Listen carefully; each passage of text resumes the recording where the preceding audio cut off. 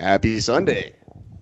It's June the 2nd, 2019, and I'm Eric, talking at you as always from beautiful downtown Vancouver, British Columbia, Canada, where I learned yesterday that people who are rude to you in public are kind of like sandpaper. When they're finally finished, you kind of look shiny and new, and they just look like a used up piece of shit.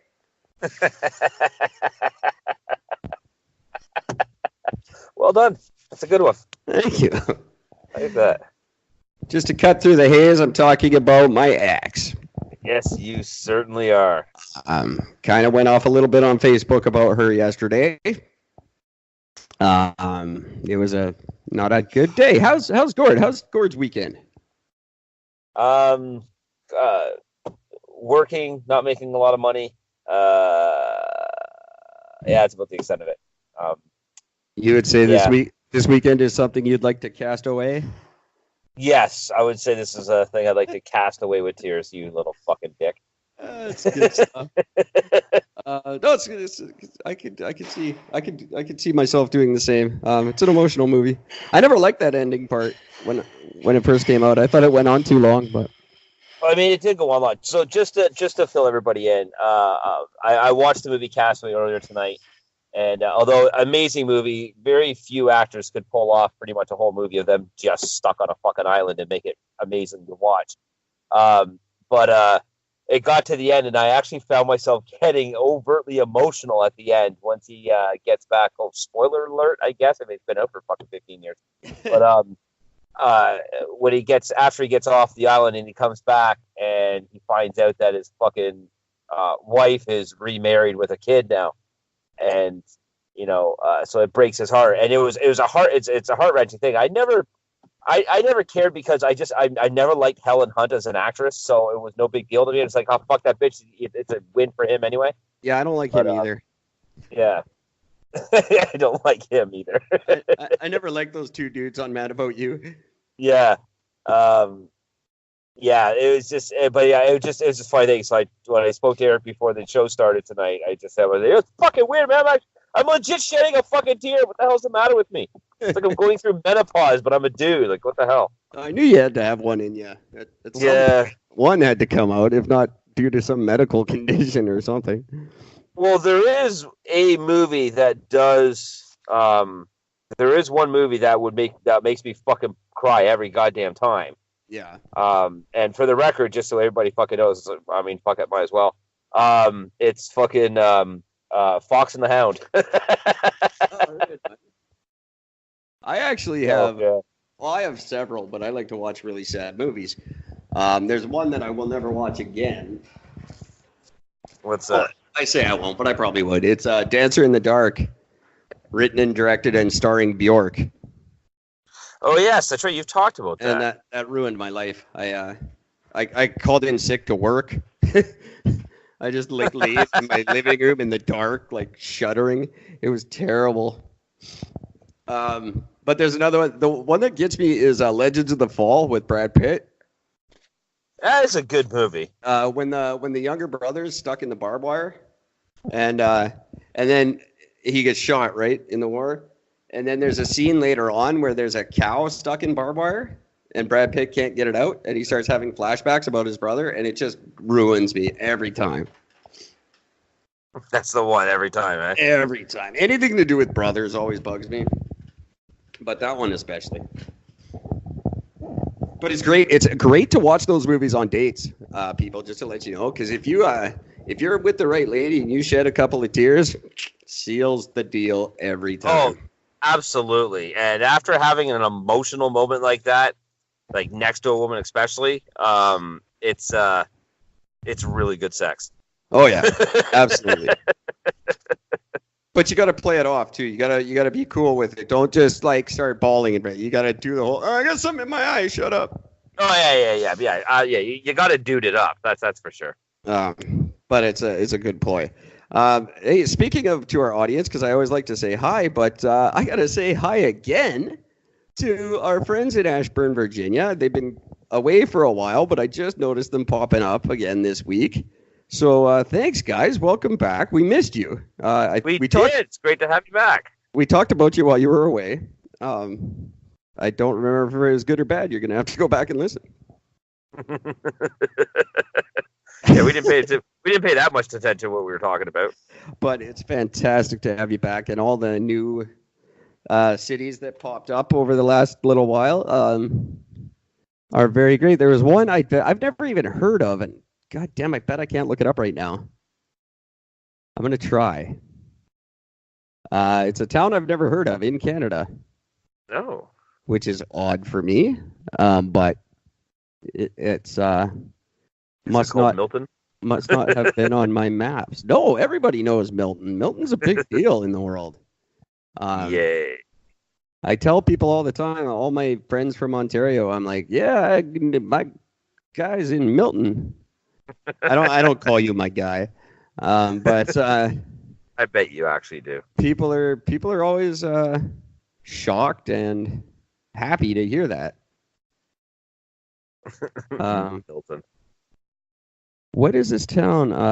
India. No, that's Christopher Columbus style. No, that's Dunnville. But Dunnville? Dunnville. Yeah, Dunnville. Yeah. It doesn't give a province. It just says Canada. Oh, Dunnville. If memory serves me, Dunnville is by Hamilton. Oh, okay. Oh, yeah. It just says Kelowna, Canada, too. Missouri, Canada. It doesn't say provinces on here. I never noticed that before. But last week, we're popping up all over the place. It's fantastic. We got Vancouver, Surrey, North Van, Kelowna, Mountain View, California, New York. That's awesome. Ashburn, Virginia, Dunnville. And then we got Jakarta, Sofia, Bulgaria. Jesus. And then the ones where they don't specify are Indonesia, New Zealand, Spain, India, and Germany. So very awesome. You guys are the best. I love every one of you in your own special way. By the way, Dunnville is by South Cayuga. The reason anybody knows that Cayuga exists is because of the Speedway. They have a racetrack, quarter-mile racetrack. South Cayuga, way better than North Cayuga, I'm going to tell you. Yeah, North Cayuga can suck it. I have no idea what that is. There is no North. It's literally just Cayuga or South Cayuga. There's no north. There's no northeast or west. That's there awesome. Is a Burnaby though. How about that? They're a single directional. That's like a flat earther. We only have south. Yeah, just south. There is no north. What do you mean, north, fucking east, nuts? and west are fake news. Yeah, God didn't mention it in the Bible. Or as we call it, fake.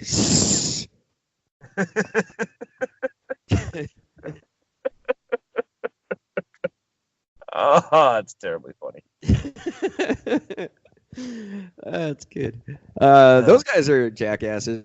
I got nothing about them, but they're jackasses. Let's leave it at that. I personally would like to make it my mission to have all forms of all media completely shun and ignore these people. I think it's kind of heading in that direction, other than their own whatever they can fund on their own. Because I think Bill Nye did a great job of helping our cause with his rant. Yeah, but I mean, the problem is you know that site of IFL, I fucking love science? They're very peripherally, yeah. Yeah, okay, so they post about the fucking flat earthers on a regular basis. And it even pisses off their own fucking members. It was like, why do you keep fucking talking about these idiots? Stop giving them a platform. Well, hey, look, they've got us. So we're helping out right along. Well, yeah, but I've even got them joining my groups now. Dumbasses. That's funny. I saw a lovely a poem or a prayer. I mean, today on our group page. Oh. I happened upon it this morning. I thought you would enjoy it. You can fucking read it. And as Gord reads that, I'll just continue on with where hang on, where is it? I don't know. Yeah, it's on the Globe Earth page, the real actual. And anyone who wants to know what we're talking about, it's the actual really official Globe Earth discussion group, courtesy of Eric and Gord. That's our Facebook group where you can go in and talk about how flat earthers are stupid and we're not. Okay, so when did you post this? I didn't post it. Oh, somebody else did. I read it this morning. Because there's the Bill Nye one? No. Oh. No, there was a post from your BFF. Oh, from Twatty McTwat Breath. She posted something? Yeah. I don't see it on here. Was it in our comments? No. Maybe she didn't send it to you. It was a prayer. Really? Yeah. That's funny. I don't see it on here. Oh, now I'm gonna have to look. This makes for great radio once again. Sorry, everybody. I wish I knew about that. I would have.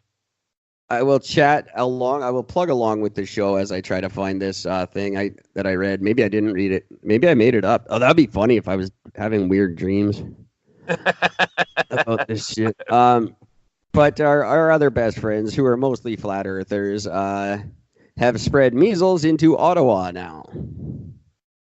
2 cases. Yay, isn't that great? 2 cases of measles in Ottawa. Fantastic.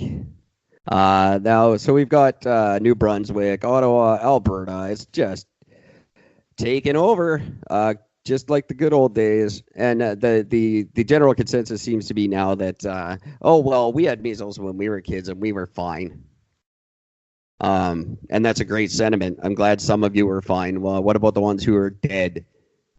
We don't talk about them. They don't count. They're less fine, probably. There was a friend of mine posted. Now, bless him for being smart enough not to engage me with it. But he posted this thing where it's literally titled a pro-lifer shoots down a pro-choice by using their own words against them, sort of thing, right?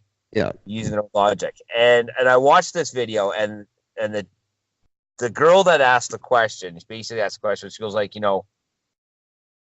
what about like, when if you say that if you abolish all, like, say tomorrow, that's it, or tonight, say that's it, no more fucking abortions, they're all done, you're never allowed to do them. What about the places, all these when you have these unwanted children, like what about these, like where the kids are going into what's it called, like the government fucking housing, or not government housing, but where do you fucking put unwanted children? What do they go? Orphanages? Orphanages, like orphanages and things like that, and about how like a lot of them are so badly treated and things like that, and like she points about all these things, like like what are you gonna do with that? This fucking bitch's response, she's like, well, let me ask you this. The Diabetes Association. She's like, yeah. She goes, are you mad at them for not curing cancer? She's like, that has nothing to do with what I'm talking about. She goes, yeah, it actually has a direct correlation with what you're saying.